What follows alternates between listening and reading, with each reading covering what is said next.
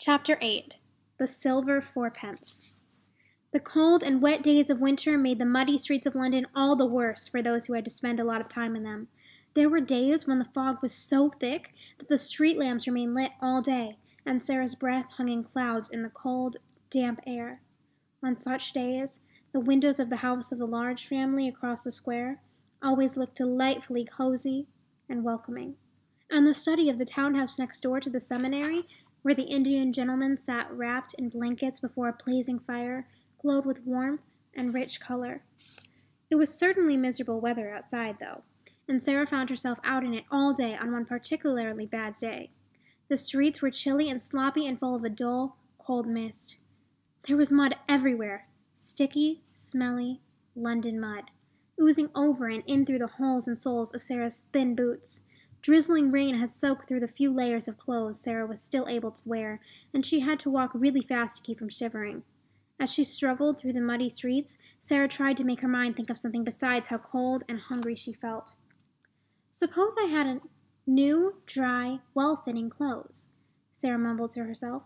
"Suppose I had good boots and a long, thick coat and wool stockings and gloves and an umbrella. And suppose, just when I was near a bakery where they sold hot buns, I happened to find 6 pence in the street that belonged to nobody. Suppose, if I did find a 6 pence, and I could go into the shop and buy 6 of those buns, hot from the oven, and I could eat them all without stopping." Sarah was crossing the street as she said this. The mud was awful. She almost had to wade through it. She picked her way as carefully as she could, but she could not save herself much. However, in picking her way, she had to look down at her feet and the muddy street.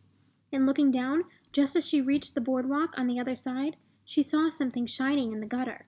It was a piece of silver, a tiny piece, trodden upon by many feet, but it still shone a little.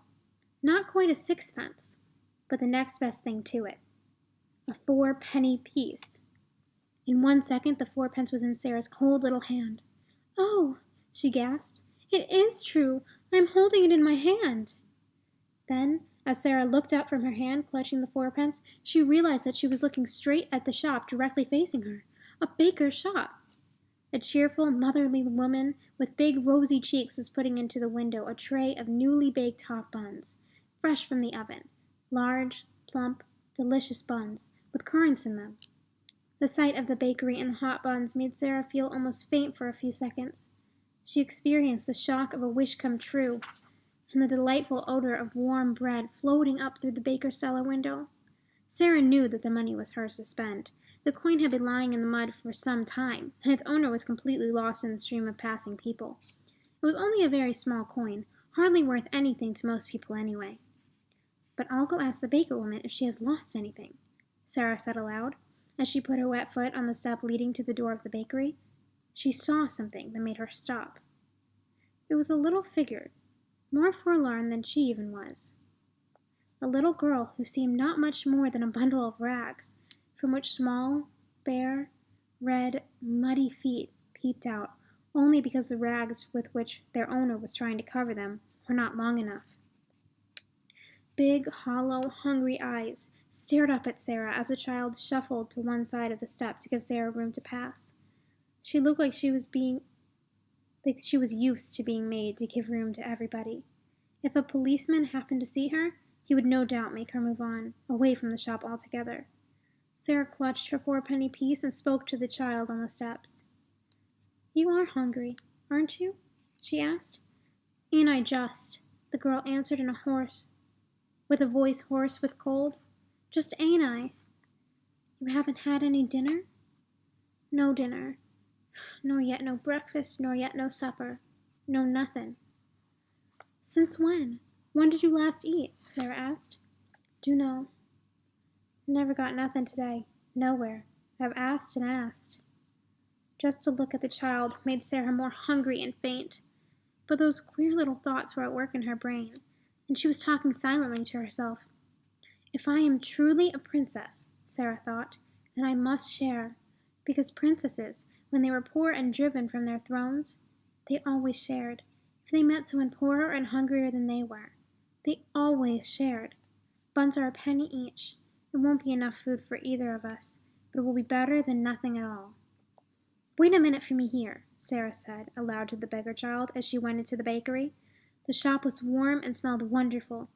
The baker woman was just going to put more hot buns into the window display.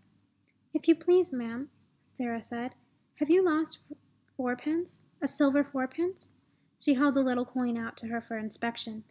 The woman looked at it and then at Sara, at her cold, pinched face and her ragged clothes. "Bless us, no," she answered. "Did you find it?" "Yes," Sara replied, "out there in the gutter in front of your shop." "Keep it then. It may have been there for a week, and goodness knows who might have lost it. You could never find out. I thought I would ask first." "Not many would ask," said the woman, looking puzzled and interested and friendly all at once. "Would you like something?" she added, as she saw Sara glance hungrily at the buns. "Yes, ma'am. 4 buns, if you please," she said. "The ones at a penny each." The woman went to the window and put some into a paper bag. Sara noticed that she put in 6. "Only 4, please," Sara reminded her. "I have only 4 pence." "Today's special," said the woman with a good-natured wink. "I dare say you can eat them all sometime. You look like you'd have a good appetite." A mist rose in Sara's eyes, making it hard to see through the forming tears. "I am much obliged to you for your kindness," she replied thankfully. Sara was about to tell the lady about the child on the steps, when 3 customers entered the shop and the baker woman had to hurry to serve them. So Sara merely called out her goodbyes and left the bakery. Outside, Sara opened the paper bag and took out one of the hot buns, which was so warm that it had already warmed her own hands a little. "Look," she said, placing the bun in the ragged lap of the beggar child. "This is nice and hot. Eat it and you won't feel so terribly hungry anymore." The child stared up at Sara as if such sudden, amazing good luck almost frightened her. Then she snatched up the bun and began stuffing it into her mouth with great, wolfish bites. "Oh my! Oh my!" Sara heard her exclaim in wild delight. "Oh my!" The sound of the ravenously hungry voice was awful. Sara took out 3 more buns and put them in the girl's lap. "She is much hungrier than I am," Sara thought to herself. "She is starving." But her hand trembled as she set down the 4th bun of the 6. "I am not starving," Sara reminded herself firmly, and she put down a 5th bun in the child's lap. "Goodbye," Sara called back as she moved away across the street. When she turned to look back and wave once more, the child had taken a bun in each hand and had stopped in the middle of a bite to look in amazement at her. Sara gave her a little nod, and the child, after another stare, a curious, lingering stare, jerked her shaggy head in response. Until Sara was out of sight, she did not take another bite.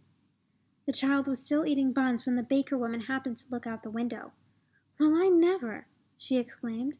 "If that young one hasn't given her buns to a beggar child! It certainly wasn't because she didn't want them either. I'd give something to know what she did it for."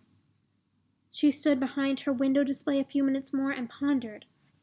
Then her curiosity made her go to the door and address the beggar child. "Who gave you those buns?" she demanded. The child nodded her head toward Sara's vanishing figure. "She asked me if I was hungry." "What did you say to her?" "Said, 'Ain't I just?'" "And then she came in and got the buns and gave them to you, did she?" The child nodded yes. "How many?" 5. The woman thought it over. "Left just 1 for herself," she said in a low voice. "And she could have eaten the whole 6. I saw it in her eyes." The baker woman looked at the bedraggled figure of Sara moving far away down the street. She felt more disturbed than she had felt in many a day. "I wish she hadn't gone so quickly," she said. "I should have given her a dozen." Then she turned to the child on the steps. "Are you still hungry?" she asked. "I am allus hungry, but it ain't so bad as it was." "Come inside and have some soup," said the baker woman, and she held open the bakery door. The child got up and shyly shuffled in. To be invited into a warm place full of bread seemed an incredible thing. She did not know what was going to happen to her exactly. "Get yourself warm first," said the baker woman, pointing to a fire in the tiny back room of the shop. "And look here. When you can't get a bit of bread, you can come in here and ask for some. I'm blessed if I won't give it to you for that young one's sake."